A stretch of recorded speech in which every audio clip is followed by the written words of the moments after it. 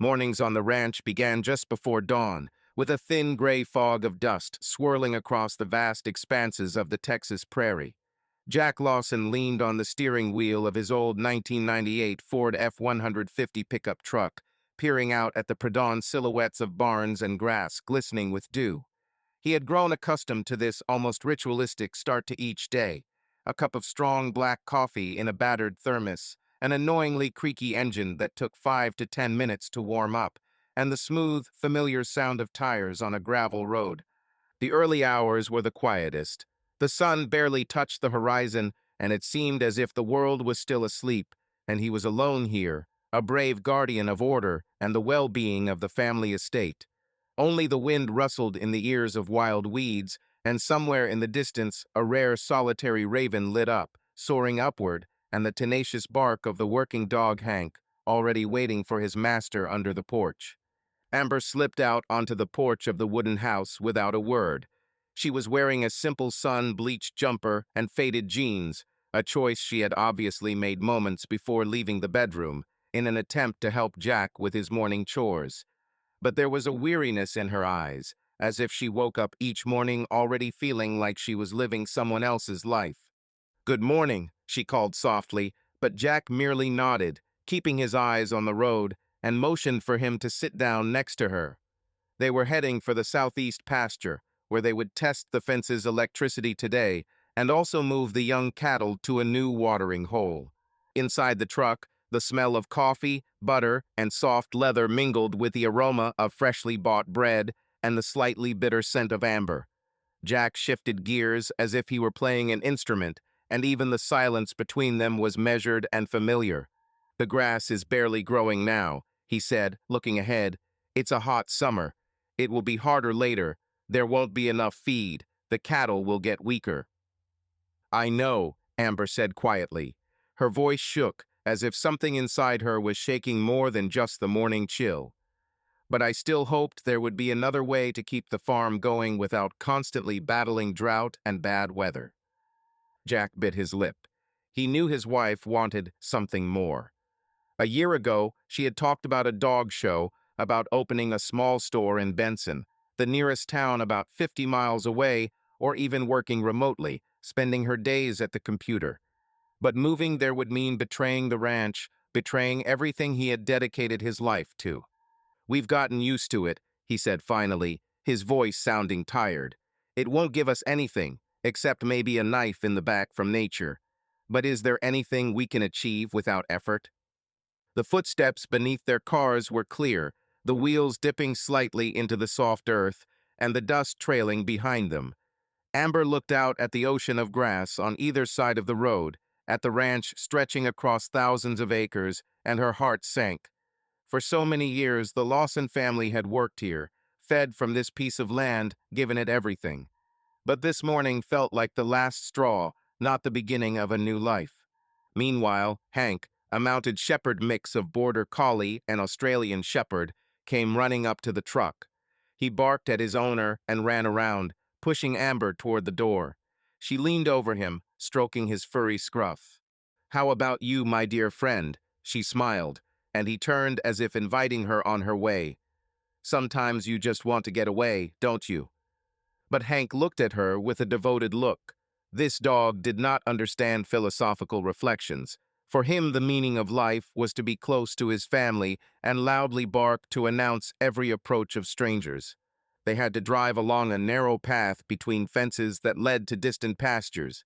Along the sides were time-scarred posts with rusty wire mesh, some of which carried electricity, and Jack checked the voltage with a tester beforehand, slowly, so as not to miss anything.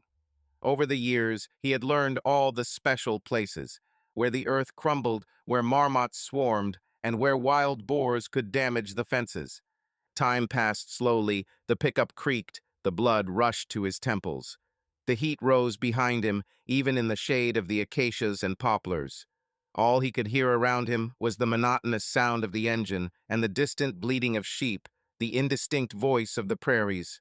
"Jack," Amber began softly as they stopped at the first fence, the north lawn. "The kids called it to let the cows out. Have you ever thought about how much I'm missing out on by staying here?" He was silent for a few moments, hastily inserting the tester's probes into the wire, and then looked at her thoughtfully. Her face was even fresher than his, her eyes full of longing and anticipation. "You lose nothing," he said quietly. "You gain me, your family, our common business. But somewhere in town, I hardly know the people. They call me Farmer Lawson, and I'm glad of it." "But you don't understand," Amber whispered, leaning slightly toward him. "Time passes, and children grow up. Jake is already a teenager. He needs school, friends. And Lily, she loves to draw and dreams of a big city where there is a sea instead of endless fields. I want to give them more opportunities than we ourselves received." Jack put the tester down and came closer. They were standing on the side of a narrow track, and there was only 1.5 meters between them, but it seemed like a whole abyss. He saw her doubts and fatigue, felt the ground beneath his feet trembling with his own doubts. "We'll figure this out together," he finally said, holding out his hand. "But not today. First, let's finish the examination, then we'll go home. You won't refuse my mother's dinner, will you?" Amber smiled, but there was a sadness in her smile. It wasn't that simple. Dinner on the porch of the log cabin, the table laden with fried chicken, baked potatoes, and cornbread, was part of their life. But it was a part she wanted to escape from, to see the world from a different perspective. When they got home around 9 o'clock, the kids had breakfast waiting for them. Jake, a stocky teenager with thick eyebrows and his mother's watchful eyes, was scratching his head over his cereal. Lily, a slight girl with long, curled hair, was dispassionately drawing on a napkin what looked like her little universe. A house on a hill, purple skies, and a bright sun that wasn't Texas at all, but beaky, distant, and inviting. "Hi, Mom," Lily said without looking up. "Mom, look, I drew our farm with the sea." "Where's the sea?" Jake chuckled, throwing bread into his mouth. "Here," Lily pointed to the edge of the drawing, where she had scratched out waves with a gold pencil. Amber touched her daughter's quiet shoulder. She knew that in every movement, in every little detail, there was a hidden desire to escape the dusty world of the prairie. Over lunch, the conversation gradually drifted toward the usual concerns.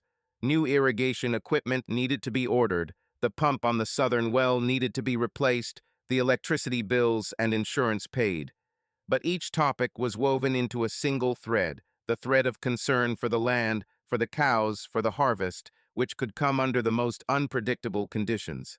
After they ate, Amber sent the kids off to do their homework, the math and reading tests. Jake was preparing for the local high school and Lily's art lessons and returned to the living room, where her notebook sat on the old oak table. A few months ago, she'd started keeping a journal full of ideas and plans for how to turn her dreams into reality. An online graphic design course, a small gallery cafe in Benson, an opportunity to rent out rooms to tourists, a dream of traveling west to California, where the ocean meets the sky. But the days without work on the ranch were becoming fewer and fewer.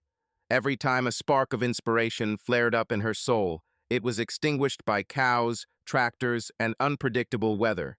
She understood that she could not afford the luxury of being idle, because here, in these wooden buildings, guard towers, and pastures, her husband put his life into it. She glanced at her watch and realized that Jack would be home soon.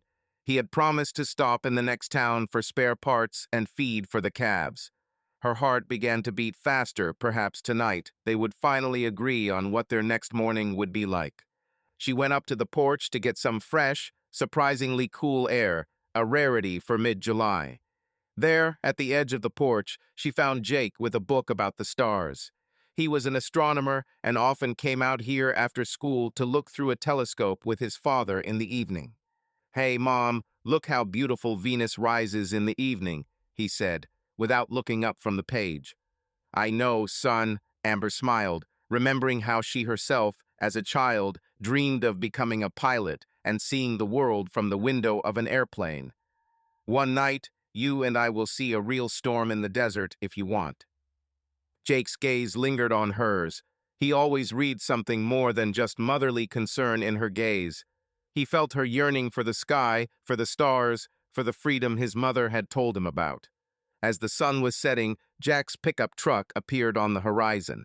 It pulled up to the fence, and Hank jumped out to greet it, jumping up and down. Jack got out of the cab, stretched, looked around, and for a few moments his gaze lingered on Amber, who was sitting in a rocking chair, holding a notebook. "How are you?" he called, changing the volume of his voice so that only she could hear him and not the children. "Everything is as usual," she answered, and there was irony in her words. He winked, and Hank jumped onto the veranda and dropped a plastic box of parts and some small stuff in front of her. "That's what I was looking for," Jack said, putting his arm around her shoulders. "And I've got an idea. Maybe we could try planting a couple acres of safflower this year. The price of it's going up in Benson, and they say it might help make some money if the wheat doesn't work out. What do you say?" Amber sighed. The offer was interesting, but again it was the same old land, again the prairie hollows and dust. She looked at her husband, who had risen with the dawn and gone to bed with the sunset all his life, and understood. He was offering not just a new kind of culture, but a new chance to preserve their native acres, expand the business, and courageously face another challenge. "That sounds reasonable," she finally said, her eyes lighting up with a glimmer of her old enthusiasm. "Let's try it. But promise me we'll spend at least half this year planning my project." He laughed and kissed her temple. "Agreed. But you do understand that if I stop being a farmer, what will be left of me?" She smiled, lowering her head. "There will remain a person in love with this land, and I am ready to let into my life a little more wind than dust over the prairie." And when they looked into each other's eyes together, against the backdrop of the endless world of grass and sky, for the first time in a long time, it seemed to both of them that the conversation was not a bitter struggle for the future, but a common adventure that they would go through hand in hand. Even the dust raised by the breeze seemed to acquire a special meaning at that moment as a symbol of everything that can be overcome if you go towards each other. The early morning after long conversations with Jack was unusually quiet. Usually the first rays of sunlight would cheerfully light up the dust over the prairie, but today the sky was thick with clouds, occasionally letting through thin threads of light. Amber, as usual, went out onto the porch to check her mail letters from college, an electric bill, and a catalog for new irrigation equipment. Before she could look around, a strange car pulled up to the gate, a low, silver Chevrolet, gleaming against the gray sky. It stopped near the barns and roared into the silence. A man in dark jeans and a pinstriped shirt, with a neatly shaved beard and platinum sunglasses, emerged from the salon. He squared his shoulders, brushed the dust off his sleeves, and smiled, flashing a flicker of predatory confidence. It was a smile with the slight arrogance of a city guy who was used to getting everything he could get and who definitely wasn't a farmer. "Good morning." His voice was clear and confident, without even the slightest breath of prairie wind. "I'm Roy Walker, a farm equipment dealer. I'd like to discuss a new supply of pumps and automatic waterers with the owner." Amber sensed the nerves immediately, but she didn't let them show. She nodded her head and took a step toward the entrance to call Jack. "Jack," her voice was firm, although inside she was ready to explode. She still remembered how hard it was to haggle every dollar for the old pump a year ago. But this time it was different. A stranger was visiting the ranch, and strangers always brought the unknown with them. Jack came out from a minor repair job on the porch of the workshop. He held a wrench in his hands and looked like a man who had his whole life in his hands. He frowned when he saw the stranger. "How can I help you?" he asked dryly, wiping his palms on his work apron. Roy, still wearing his glasses, shook Jack's hand with one strong palm. There was the confidence of a wealthy businessman who barely acknowledged the work of a peasant. "I heard that things are going sluggishly here because of the old equipment. I want to offer new installations, drip irrigation systems, automatic soil moisture sensors, mobile sprinklers. All this is the most modern, direct deliveries from the factory with a 3-year warranty." Jack shook his head and holstered the tool. He did not answer at once. Their glances slid over each other, as if measuring the stranger's strength. "Thanks, but we don't exactly need large-scale innovation," Jack said evenly. We're getting by with our pumps and dams. Anything new is expensive. We'd better weigh the odds before we make a decision." Roy grinned a little, a surprising way the corner of his mouth turned up. He took off his glasses and, sitting on the porch, began to talk casually, like an old friend being invited in for a cup of coffee, not a grinder for the safes of other people's wallets. "I understand your reluctance to spend extra, but believe me, payback in our business is a real concept. You will save on electricity, reduce feed losses, and reduce labor costs. I am even ready to leave you samples of the equipment for a trial week. You will judge for yourself." Jack looked at him as if he were looking at a sly fox in sheep's clothing. He knew the subtle salesmen well. They just wanted to sell the goods, and they had little idea how it would work in off-road and dusty conditions. "I'm interested in accepting samples," Jack finally said, "but not for a week, but for a month. And only if I see real benefits." Roy immediately broke into a satisfied smile. "A month? No problem. I'll schedule delivery for the near future. Meanwhile," he stood up and straightened up, announcing his plans further, and suddenly his gaze changed as he leaned back and deftly noticed Amber, standing slightly to the side. "And you must be," he turned to her, smiling broadly, "Mrs. Lawson. Very pleased to meet you." His tone was so welcoming that Amber couldn't help but laugh a little.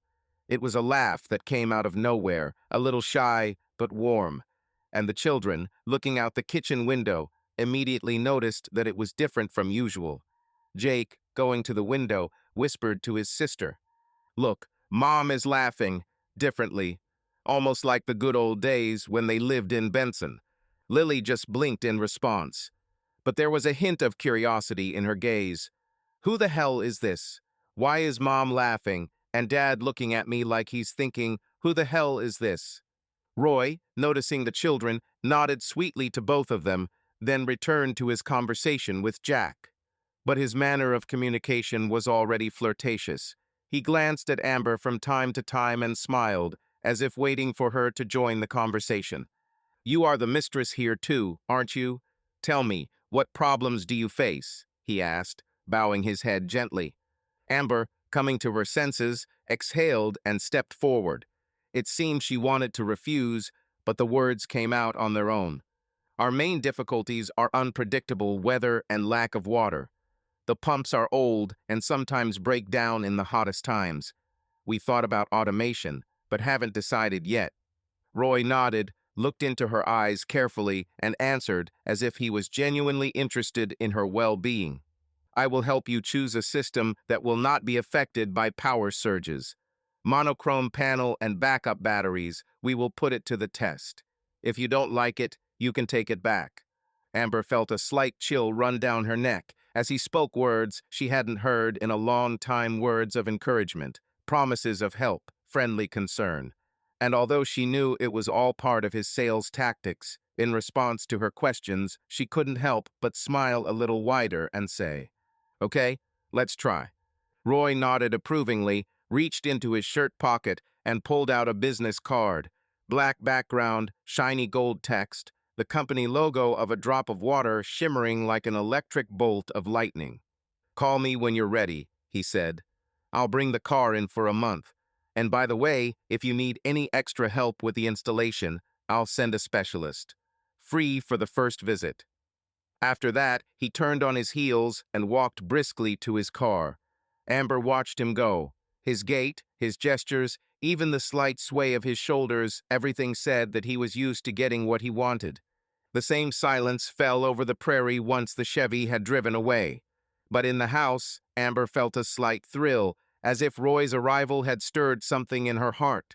She glanced back at Jake and Lily, watching her from the kitchen, and realized that there was no turning back time now. "Well," said Jack when she returned to him, "let's try. Just remember, if we need financial backing, I won't go into debt." Her answer froze on her lips. "I know." But her thoughts were rushing somewhere far away to where we don't yet know that this city guy will bring with him not only equipment, but also new questions about Amber's capabilities, about mutual understanding in the family, and about how far one can go to change a life. The kids were sitting at the kitchen table, and Jake winked at Lily and whispered, "Look, Mom is different now. It seems to me that she has something of her own, besides us and Dad." Lily nodded. "We just have to see what it will be." Amber took a sip of iced tea and tried to focus on the mundane tasks of checking her seed supply, making a grocery list, and calling the vet. But her mind was spinning with thoughts of her conversations with Roy of new possibilities, and how, for maybe the first time in years, she felt the wind beneath her feet instead of prairie dust. Let's exchange stories, right where you are from, and maybe you remember something similar. Dawn came that day as if unnoticed, a thin canopy of pink-violet clouds stretching over the prairie, and the first rays of light peeping softly through the sparse branches of the acacias. Jack, as usual, went out onto the porch in an old flannel shirt to give Hank a drink and check the refills of the automatic waterer. The grass was still damp, sparkling, but by 8 o'clock the heat would have struck with all the force of the midday sun. He was pouring water into the dog's bowl when he suddenly heard a familiar, quiet voice. The sound came from the fence that separated the territory of the main yard and the outbuilding, where the old barn was located. At first, Jack took it for a concert of some sparrows, raging in the morning, but a second later, through the light noise of the wind and the clanking of the wire from the fence, it became more clearly audible. Mom was in the barn with that uncle, and she was crying, but laughing. Lily's voice, clear, childish, but filled with surprise and bewilderment, as if she had just experienced something alien and disturbing.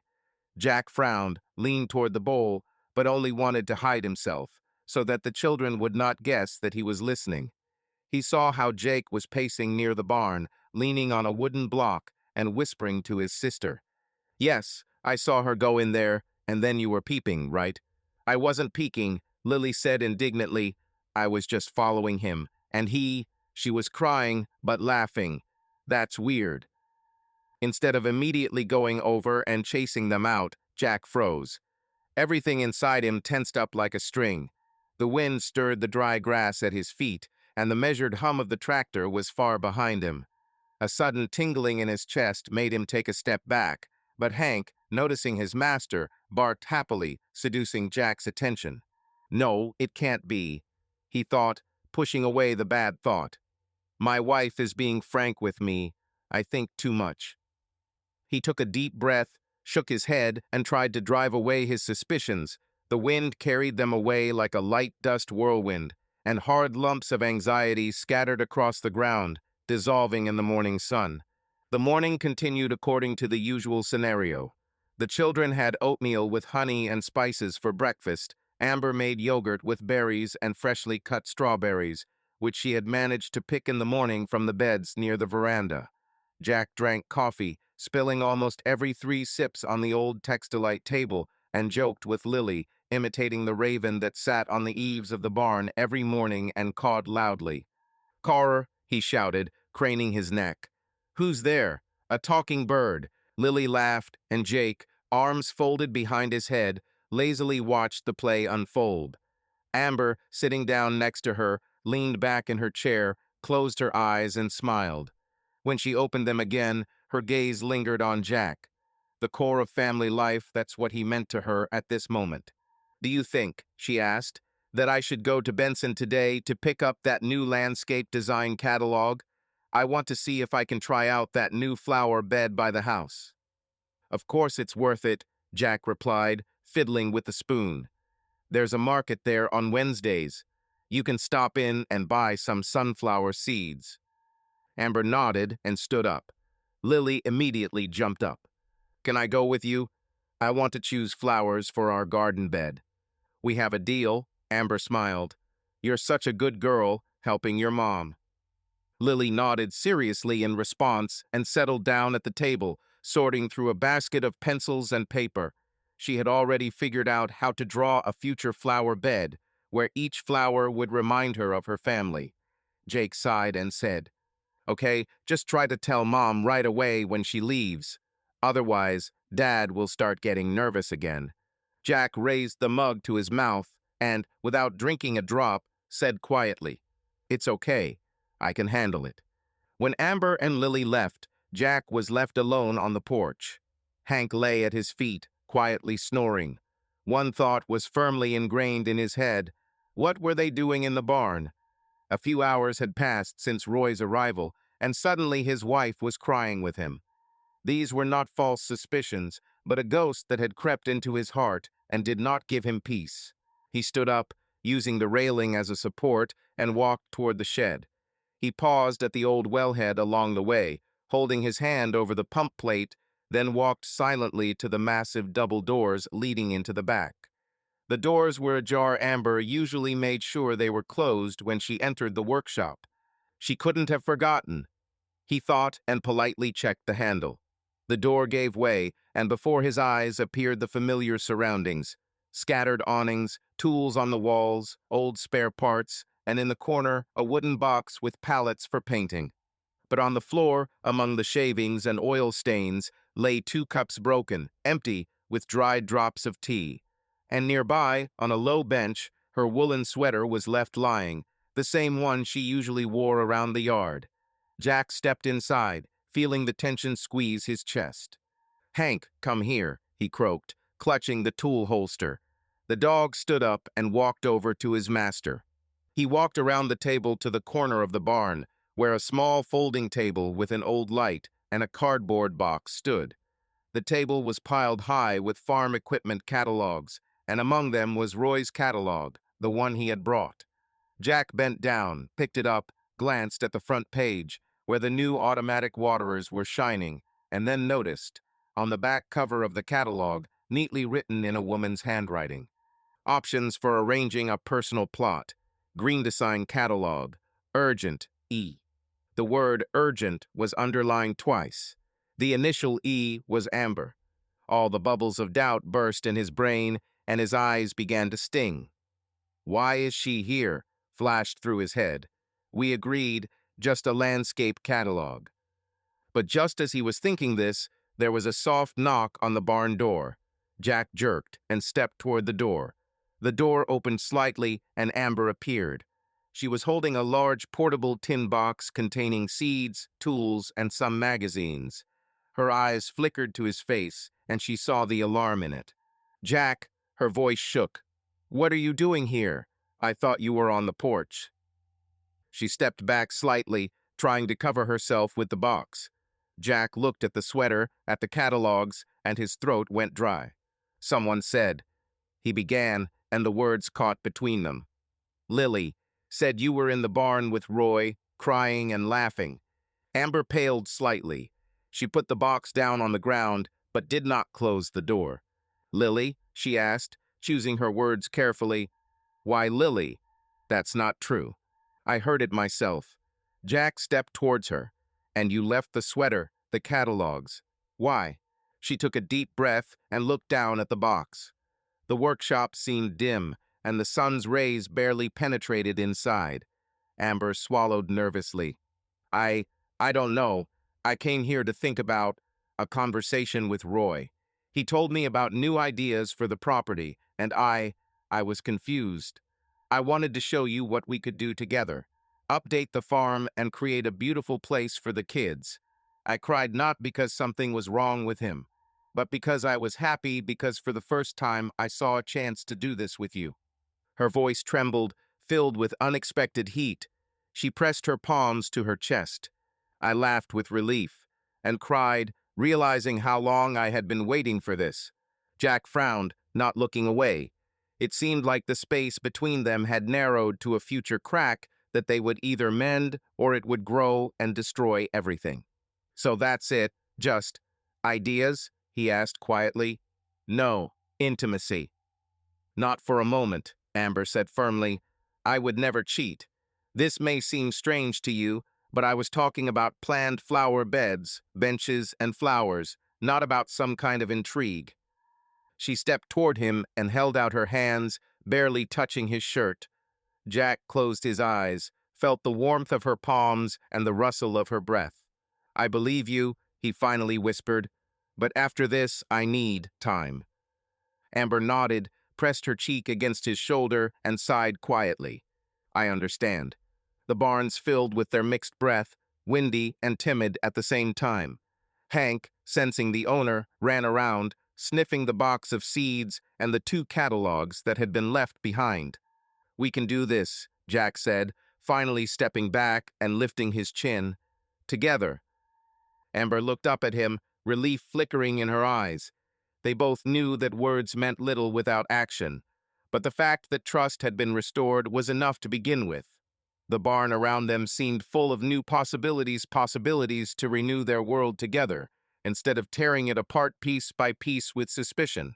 The morning at the ranch was heavy, like the aftermath of a storm. Silence hung between the house and the barns, tension was in the air, and the dust, usually light and carefree, settled thickly on the threshold and the grass.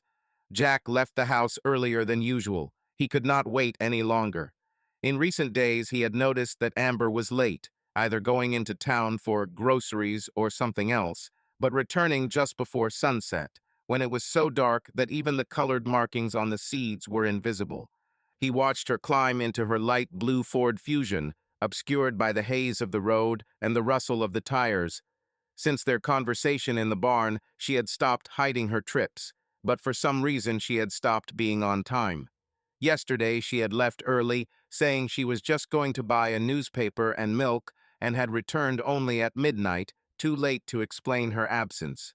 Yesterday, while driving her car, he noticed a leather cosmetic bag on the front seat, not like the one Amber usually carried, too richly decorated with gold embossing. Inside were receipts from a jewelry store and a perfume box with a scent Jack had never smelled on her before. Suddenly, jealousy and suspicion overwhelmed him. In the morning, he decided not to show the discovery right away, but to first figure everything out himself. He got up early, made coffee as always, but did not leave the house right away. First, he sat down at the dining table with an open plan of the site and looked at a photograph of the family posing by an old cherry tree. In the photo, Amber was smiling, and her gaze seemed to be warmed by the warmth of their common cause. But in reality, he felt a hail of oppressive suspicions hitting his chest. Forcing himself to calm down, Jack went to the garage. There he found his wife's car key, which she had forgotten once. Pretending to need to get a tool out, he quietly looked into the glove compartment of her Fusion. A piece of receipt tape showed that the previous evening she had stopped not only at the grocery store, but also at a boutique in the city center, the Jeweler Elegance. They say they sell only the most expensive jewelry there.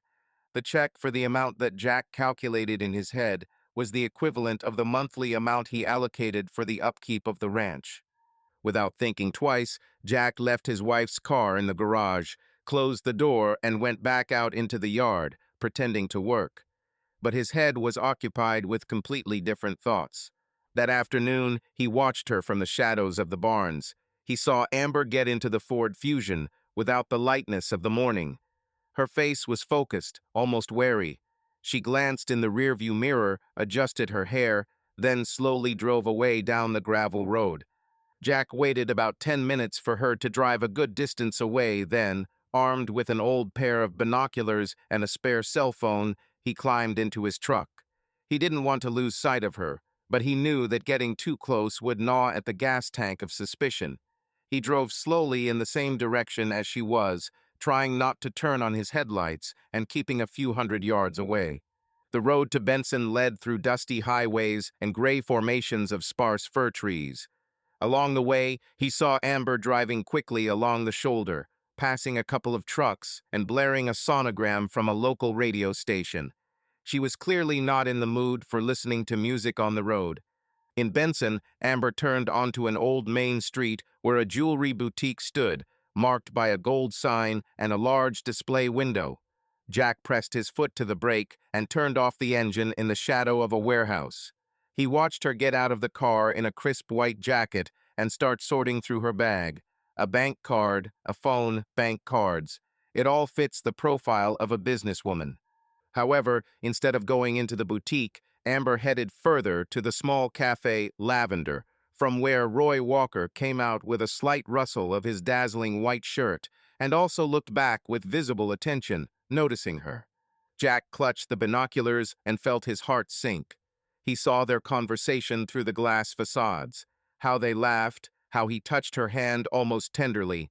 He ducked around the corner to avoid being seen by the car and watched as Amber leaned against him in response, her mouth slightly open. He realized with bated breath that his wife had not gone to the boutique, or even for seeds. This meant one thing: all the excuses, the words about flower beds and landscape design were lies. He couldn't keep track of where they went next. The cafe was their last stop on the main street. Not wanting to waste any moment, Jack started the car and followed them. Roy and Amber got into his silver Chevrolet and the car sped away. Now or never flashed through his mind.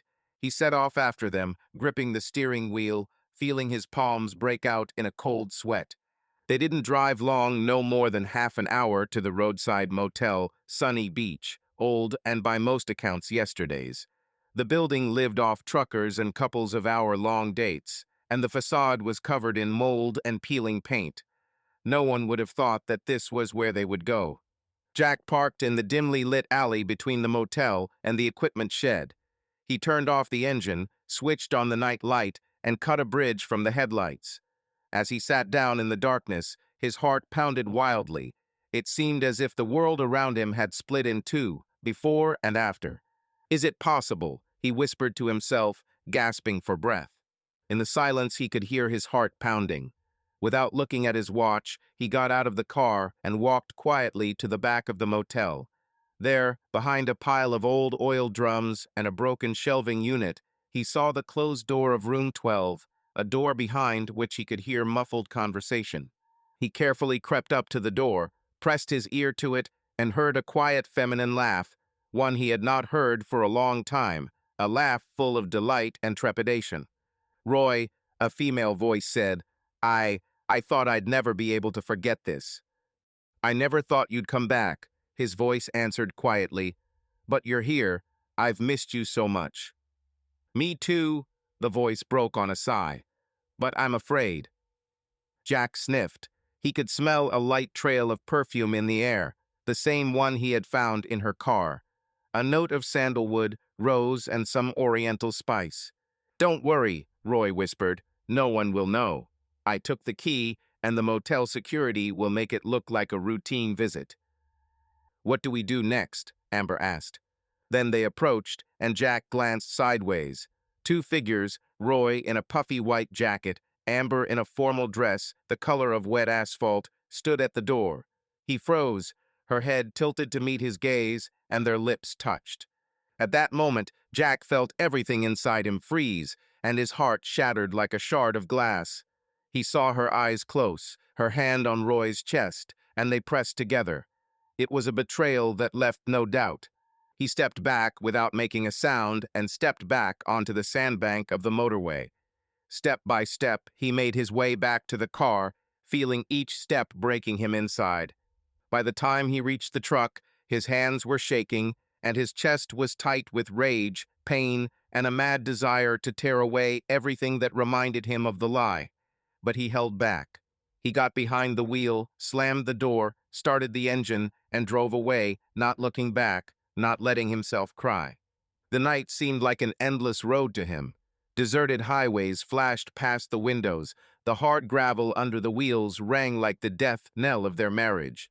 He didn't know where his thoughts were going. To the past, when they built a house together.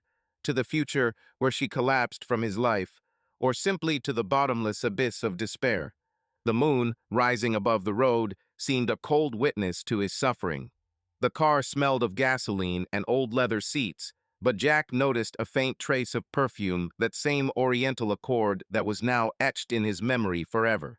He drove past the motel without a second glance. He didn't even remember the room number. His world had collapsed, and there was no point in turning back, explaining, or screaming. He knew he had to leave now, before he yelled at the kids, broke the car, and scattered the remains of their idol across the dusty road. Ahead of him was the night and the road to the prairie, where there was neither Roy nor her voice. There, on the ranch, everything would be in the same order. The barns, the plows, the waterers, and Hank, who would be waiting for his master on the porch. But Jack knew, When he returned, he would no longer be the same. When the truck disappeared into the darkness, all that was left on the road were tire tracks and moonlight falling on the sand where the hot streams of their past still trembled. The tracks in the sand would sooner or later be washed away by the wind, just as he had tried to wash away his doubts today.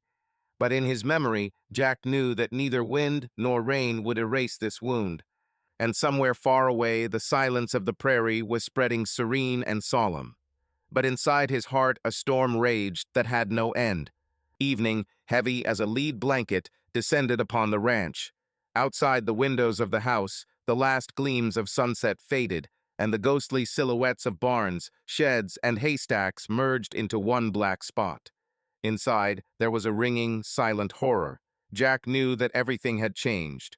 He had heard their kiss outside the motel, seen her eyes, full of rapture and fear, knew the smell of someone else's perfume on her neck. But he said nothing. No, I won't call her a traitor, he thought to himself, clutching a screwdriver in his hand. Let it stay inside. He pretended that after a long day of work, he wanted to finish a few chores in the stable. Under the pretext of checking the feeders and cleaning the hitching posts, he stepped out into the cool evening air. A light breeze stirred the cooling dust and the veterinary posters pinned to the wall. The starry sky above seemed a silent witness to his despair. The stable greeted him with a soft smell of hay and warm wool. The horses snored peacefully in their stalls, not sensing any trouble. Jack walked along the rows, turned off the lights in each sector, but left one bulb on above the work table so he could see the tools. He sat down on a low bench, lowered his head, and only then heard the acacia branches rustle quietly behind the wall, as if nature itself was holding its breath. He sat for a long time, not moving, feeling the screwdriver sliding through his fingers in sweat dampened by tears. Everything inside him was screaming. The feeling of betrayal, resentment, and hopelessness squeezed his heart muscle, not allowing him to breathe out. Dad. He breathed, as if speaking to a voice inside himself. His father had died 5 years ago, but in times of trial, his father always appeared in Jack's thoughts. Stern, fair, able to hold on to the end. I don't want to be someone you would never want me to be. A childhood memory flashed through his mind. How his father, tall and straight, taught him to ride. How he braided his hair so that his hat and helmet would not get in the way. How he taught him not to give up if a belt came loose or a colt went wild. Jack had felt a sense of pride and trust that is never forgotten, and now he needed that trust in himself and in life. He stood up and walked quietly to the table. Ranch expenses, vet bills, parts orders, all of it seemed trivial now, an insignificant backdrop to the drama unfolding inside him. He spread out an old family notebook in front of him, where his father had kept track of calf gains and analyzed sales. The pages were stained with greasy spots of cow fat. The ink had rubbed off in places, but the numbers were still clearly legible. Jack took the pen and began to write the following lines. Weight gain of calf no. 12 plus 2. 3 kilograms per day. Feed cost. 45 cents per kilogram.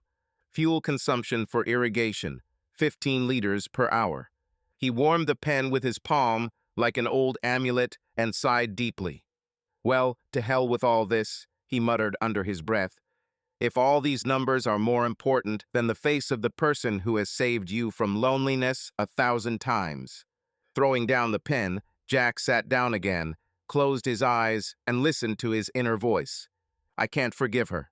You can, came the father's quiet but firm answer. You will forgive because you love.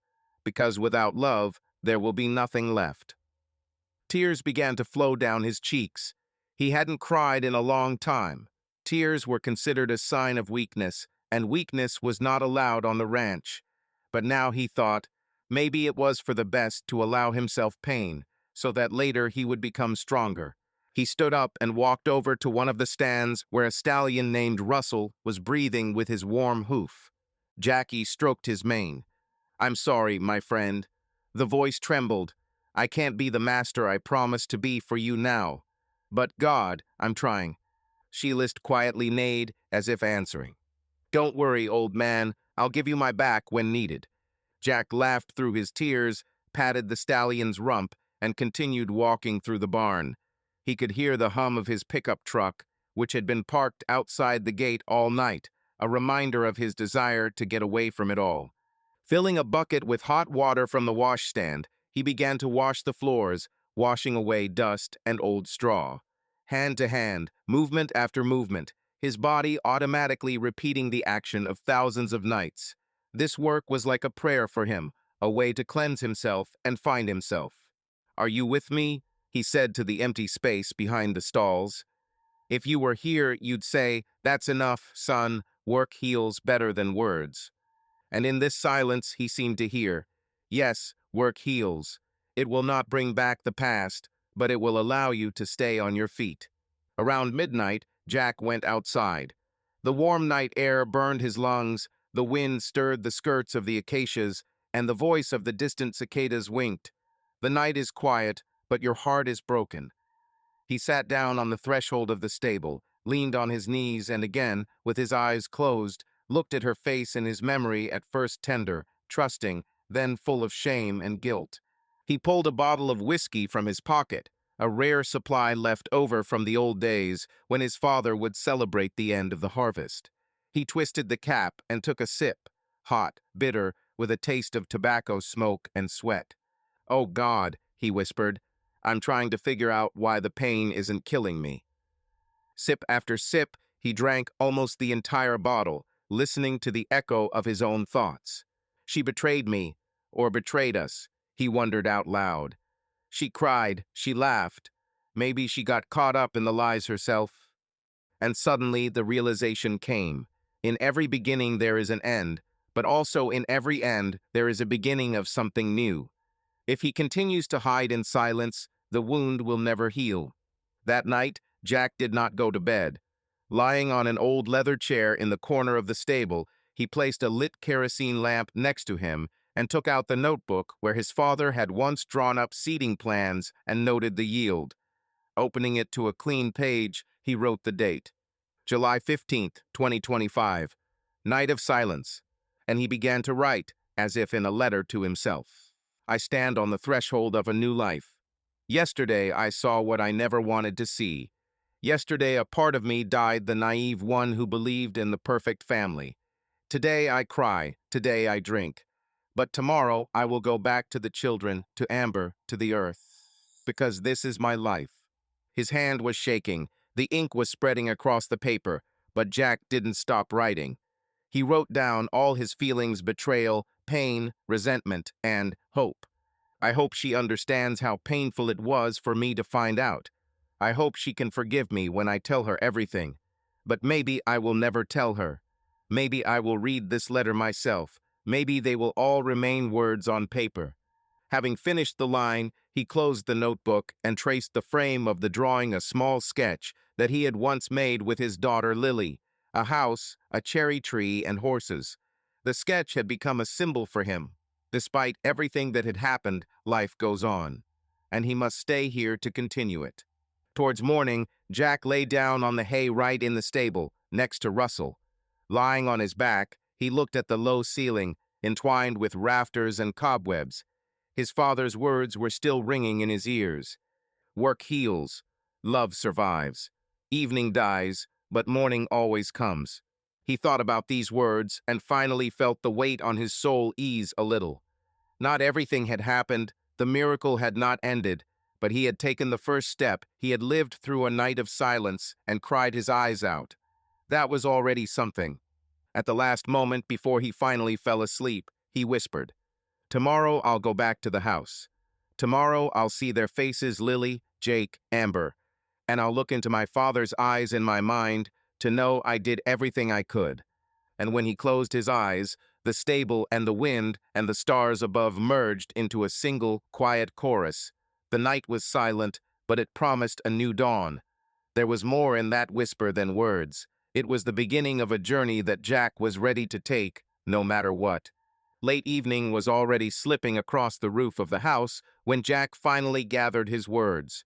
He stood in the hallway, his arms crossed over his chest, and his eyes seemed to glow with a steely coldness. Amber stood in front of him, her bag over her shoulder, her voice trembling, but she did not retreat. "Amber," he said quietly, almost in a whisper, "tell me straight, did you cheat on me?" She looked at him, shrugged. The silence stretched out until the cracking behind the wall seemed louder than words.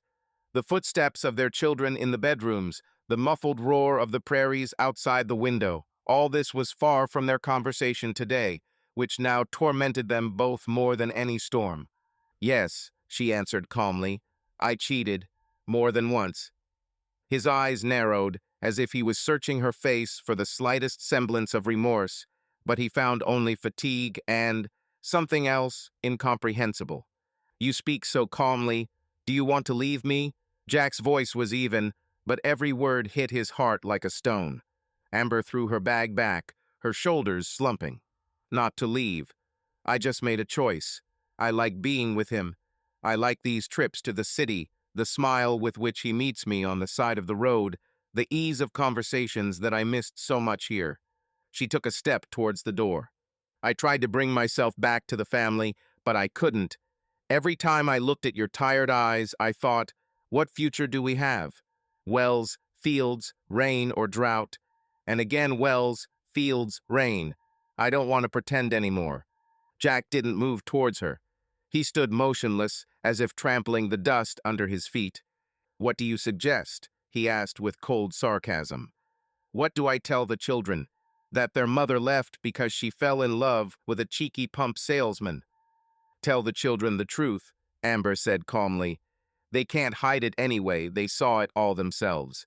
It's better to be honest than to lie any longer." A sea of pain exploded inside him.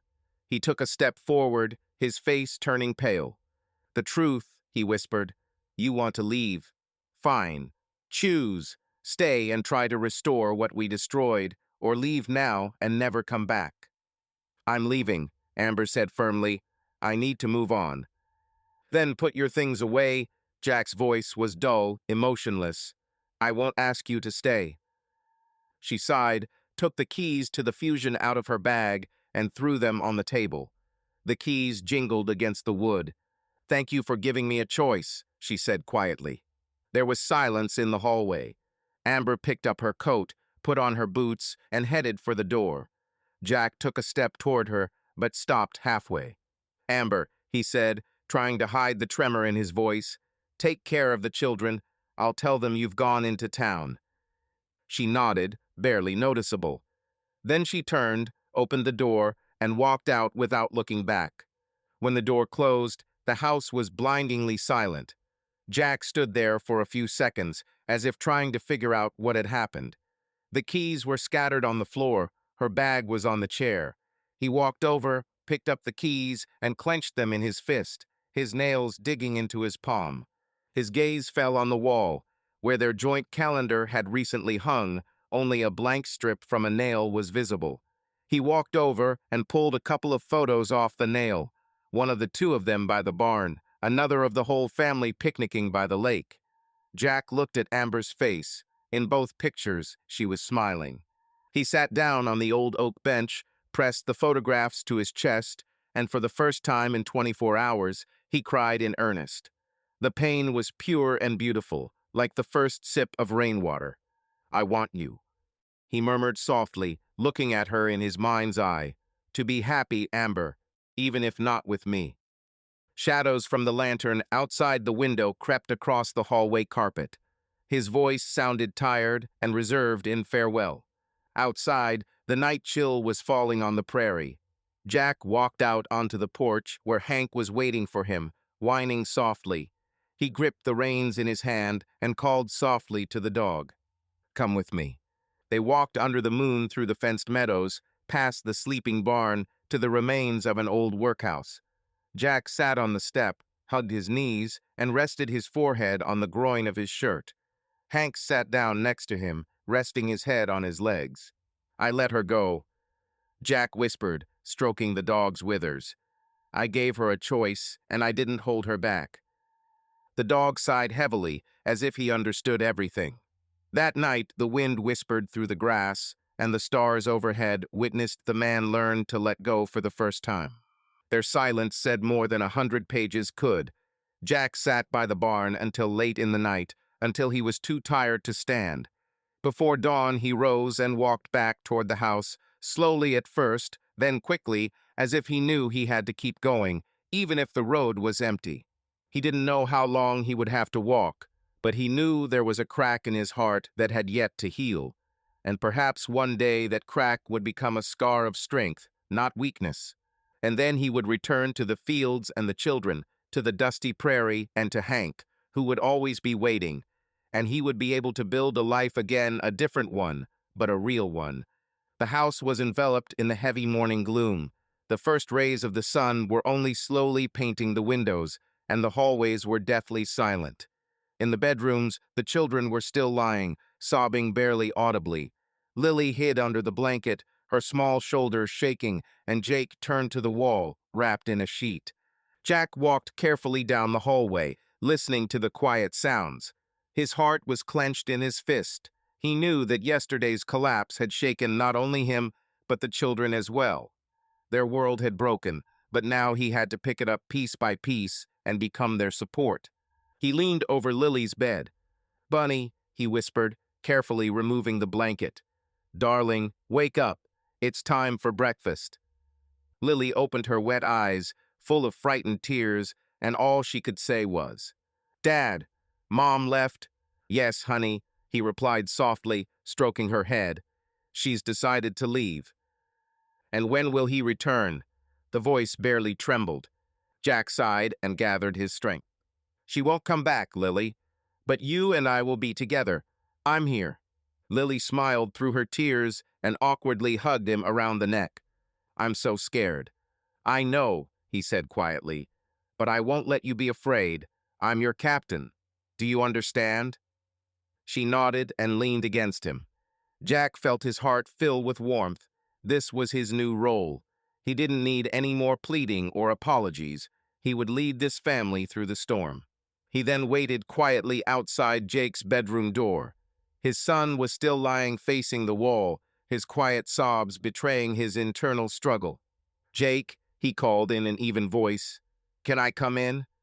"No need, Dad," came a quiet, muffled, "I don't want to." "I'll understand," Jack said, sitting on the edge of the bed. "But you should know, you can talk to me about anything when you're ready." "But I don't know if I want to." The voice broke in a sigh. She broke everything. "I know, son," nodded the father.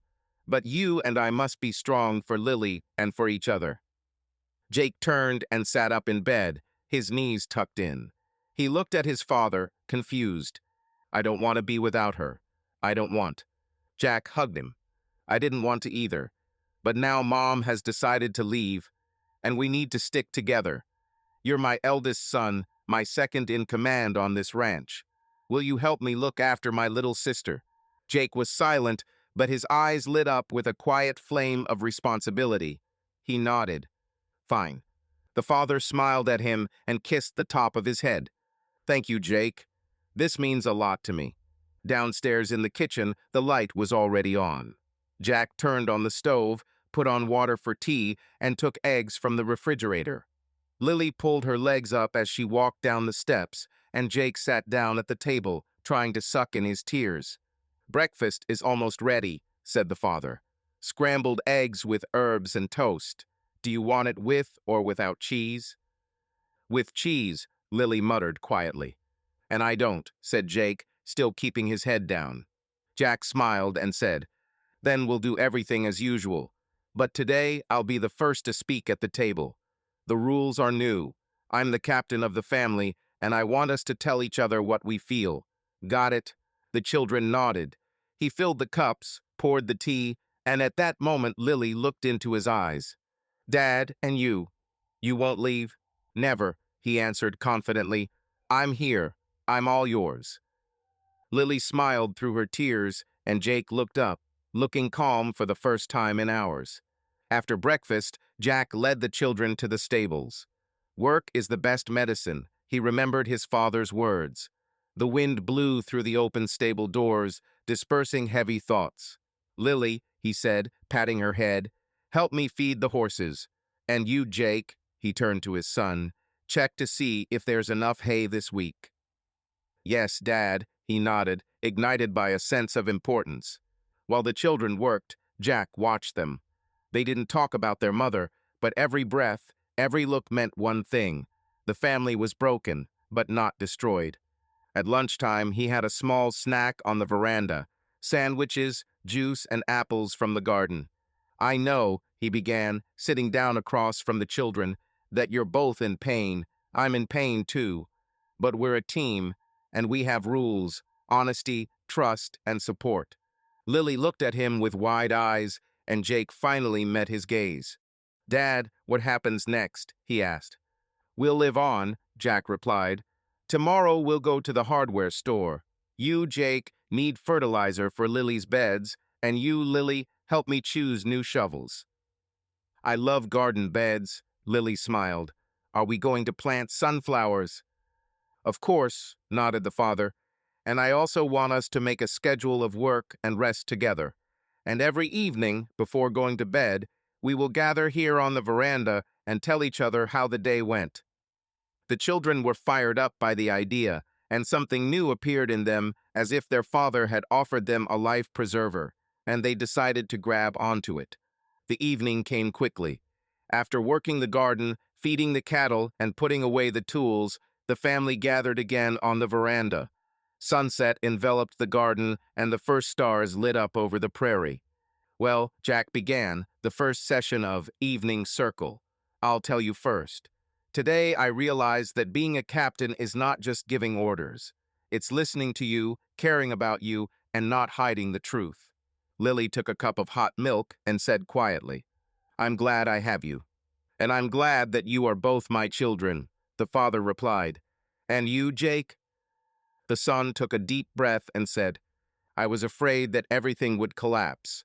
But when you said you were staying, I realized that we were stronger. Jack smiled, and in that look there was everything: pride, hope, and love. Tomorrow is a new day, he concluded. But I know for sure, no matter what happens, we are a team, and I will never let you down. The family sat together, hands tightly clasped, with the sound of crickets and the wind whispering across the prairie. Jack knew there was much work ahead, many new challenges. But he was no longer just a farmer and a father. He was a captain who would lead them through all the storms to their common shore. And in the silence of the prairie, where once only dust and wind carried their secrets, now a new bastion sounded the voice of love and responsibility that no storm could break.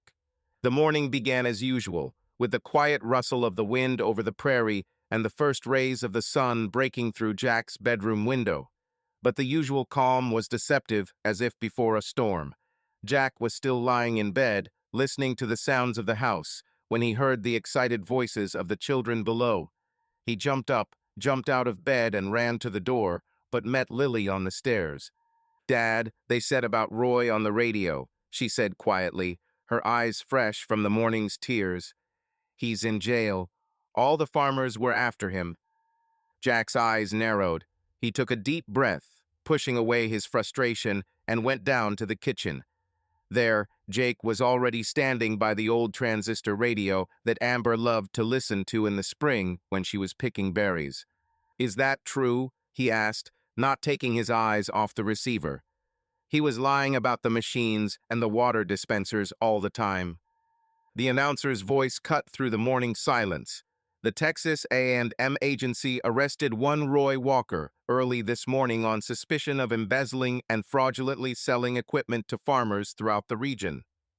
When the announcer listed the losses tens of thousands of dollars from each farm, Jack felt an icy bravado creep under his skin. He was a liar. Meanwhile, rumors began to spread around the farm. Someone had seen Roy in handcuffs, someone had followed the trial, and even the local newspaper had published a headline, Texas Worm in the Body of Agribusiness.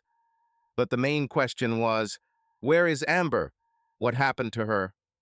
In the middle of the morning, a neighboring farmer, Mr. Hopkins, knocked on the door, supporting, almost mourning. Jack, I saw your wife yesterday at the motel. She said she was penniless, homeless, and hopeless. Jack merely nodded and invited him in. He had not spoken up about Amber leaving. He himself had hung up on her before he had finished. But rumors reached the children like lightning. A whispered conversation broke out behind the stove. "I called Jack," Amber said, her voice shaking as she fingered the last of the coins in her purse, but he didn't pick up. The children in the next room heard it. A soft, hoarse ringing of the bell, then a long silence, and finally her sob. Jake crept to the door. "Mom, are you coming back?" There was no answer on the line, just the hum of a soulless aerial platform. Amber lowered her head. I, I don't know, Jake. I don't have anything." Jack came into the kitchen, and the children turned to him at the same time. "Daddy, is Mommy coming back?" Lily asked, her eyes filling with tears again. He took a deep breath and gathered all his resolve. When a person leaves, he must know what he is losing. The words came out evenly, without a shadow of doubt. Lily closed her eyes, as if trying to absorb the meaning, and Jake immediately whispered, "So we need to be strong. We are a team," the father nodded, "and I am here." At that moment, Mr. Hopkins entered the kitchen. He sat down awkwardly on a stool. "I brought you some corn seeds and grain for the cattle. Let there be a supply for at least a week. And if anything, I still have a few bags of mixed feed in the barn." Jack looked at his neighbor with gratitude, and the children threw themselves on his neck. Lily pressed herself against her father. "Dad, I want to help Mom. Maybe we should take her some food." "I'll take everything to Mr. Hopkins today," Jack said firmly.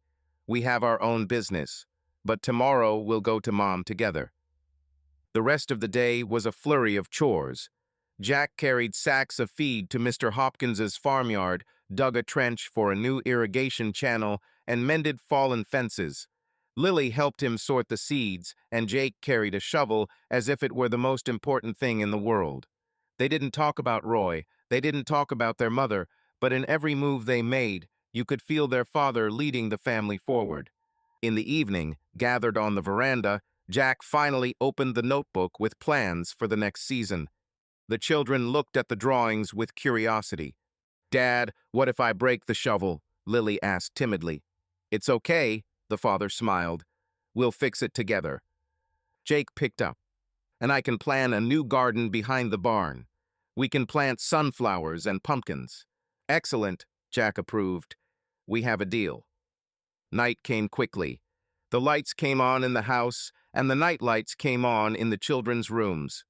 Jack read Lily a story by her bedside, and then went to Jake. "I think," he began quietly, "we'll read a letter to Mom tomorrow. Will you help me write it?" "Sure, Dad," Jake replied. And together they wrote down on an old notebook. "Amber, we're waiting for you. Here on the ranch, everything is the same. The fields, the cattle, the old Ford. We've planted new seeds, and we think about you every day. You're still part of our family if you want to come back. With love, Jack, Jake, and Lily."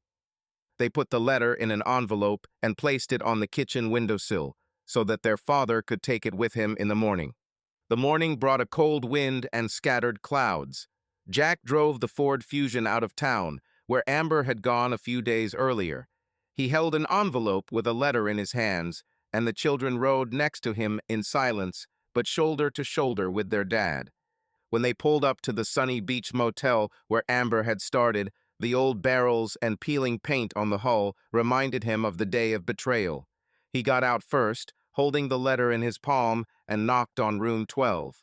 The door opened slightly, and Amber stood there, her eyes wide with surprise. "Jack," she said hopefully. Jack silently handed her the envelope. Amber took it, and it shook slightly in her hands. "I didn't expect this," she whispered. I have no money, no place to live." "But you have us," Jack said softly. "We've been yours for a long time." The children ran up, and Lily, barely holding back her tears, asked, "Mom, will you come back?" Amber hesitated, looking from Jake to her father, and finally said, "I want to. I really want to." Jack stepped forward and hugged her. "Then I'll wait for you at home." There was a brief but relieved silence on the way back to Fusion. Lily and Jake hugged their mother, and for the first time in a long time, she laughed through her tears. "I missed you so much." "Me too," Jack replied, his gaze lingering on her face. In their little car, conversations were taking place again, about tomorrow, about new seeds, and how now that all the secrets were out, nothing would be the same. But most importantly, they were back where it all began, family, together on the same road. And while the noise of the engine and the light wind brought the smell of the fields, they all knew that the hardest part was already behind them. And ahead, on the horizon of the Texas prairie, a new dawn was waiting. Morning came to the ranch fresh and promising. After a series of trials, facing betrayal, emptiness, and pain, Jack was rising again at dawn, not just to survive the day, but to reclaim his place in life on this land where the Lawsons' roots were deep in the prairie. A fragrant wind brought the smell of freshly turned soil and the bitter aroma of morning grass. Hope was returning with the first dew. Gathered on the porch, Jack took a sip of coffee from an old thermos, squinted, and looked around the property as if for the first time in a long absence. The old mill creaked softly, and the paddock that had held only a few fat cows the summer before was now intended to be used for a new pasture. Pale gold spikes of wild weeds alternated with strips of freshly turned earth, all of which he had marked out on the blueprints by hand the night before. "Jake," he called to his son, who was already standing on the porch in a work shirt, "we're planting an extended field today. Raise the tractor, check the clutch so it doesn't slip, and grab the new plows. They're on that same Yegorov's cart near the barn." "Yes, Dad," Jake replied, loading several metal blades into the trailer. He felt pride rise in him. His father had given him back his business, and with it his purpose. The tractor, emitting thin streams of smoke, cut into the morning mist and swayed on the uneven ground. The driver, Jake, gradually picked up speed, guiding the machine steadily along the edge of an old field, then turning around to begin plowing. Jack walked beside him, his hand on the edge of the trailer, judging the depth of the furrows. "Look," he said as the tractor gave a sharp jolt, "if the soil isn't too deep, the grain will take root better. No more than 20 centimeters, otherwise the seeds will go too deep." "I understand," the son nodded, but his gaze slid over to his father with curiosity. He was collected and calm. For the first time in a long time, he was not looking at him with anxiety, but with confidence. Ahead, the earth was being torn up in the field, and each breath of the tractor, like an ancient chord, became a symbol of the reborn ranch. Clean lines followed the plowing, even furrows, as if repeating the contours of their new life.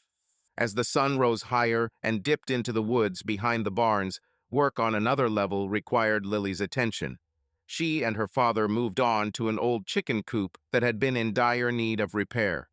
Last year, it had been nothing but abandoned boards, filled with crowbars and old boxes. Today, the 9-year-old Lawson heiress took up the task with enthusiasm, the fire of creating something of her own burning in her eyes. "Lily, before you put the boards up, check the level. We want the roof to be level and rain-proof," Jack instructed her, handing her a long water ruler. "Yes, Dad," the girl answered with concentration. She carefully placed the level against the log, adjusted its handle, and nodded. The air bubble was right in the center. "Everything is level." "Excellent," he smiled and patted his daughter on the shoulder. "Now screw the first board in. Not too tightly. The wood can work when it expands, and if we nail it too tightly, it will crack." To the sound of crutches and the quiet creaking of screws, the chicken coop was being restored, as if coming to life anew. Wooden boards, glistening with fresh bark, lay along the walls in neat rows, and Lily enthusiastically instilled her dreams in them. "Here will be our chickens, who will give eggs every morning. When it's all over," she whispered, "I'll call it the Egg Castle." "That's a great name," Jack laughed. "Just don't forget ventilation and a window for the sun." "I'll do it on the south side," Lily nodded. Meanwhile, Jake and Jack finished plowing the first section of the field and moved on to the fence, which was in dire need of repair.